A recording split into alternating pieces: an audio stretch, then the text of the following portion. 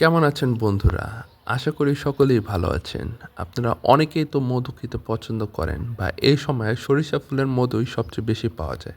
কিন্তু আমরা অনেকেই জানি না যে সরিষা ফুলের মধুগুলো আসল কিনা।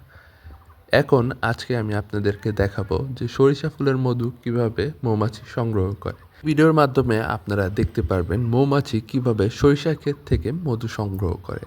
আমি গ্রামের মেঠো পথ দিয়ে হেঁটে যাচ্ছিলাম, হঠাৎ দেখতে পেলাম যে এখানে মৌমাছির একটি শব্দ।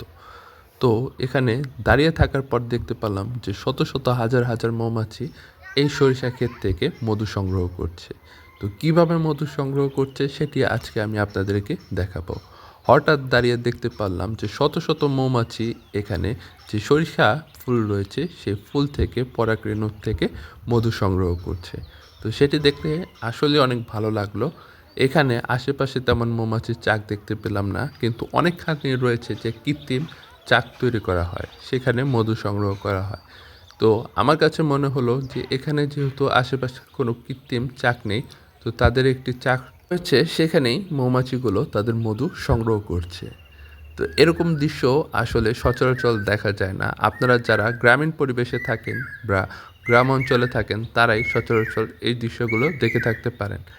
এখন এই সময়ে সরিষা ফুলের যে মধু এটি বেশি পাওয়া যাবে।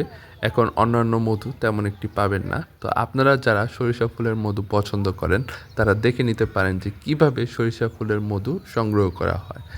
আপনারা যারা দেখেননি, এই ভিডিওটি যদি আপনাদের ভালো লেগে থাকে তো অবশ্যই আমাদের চ্যানেলটি সাবস্ক্রাইব করে রাখবেন এমনই আরও দৃশ্য দেখতে।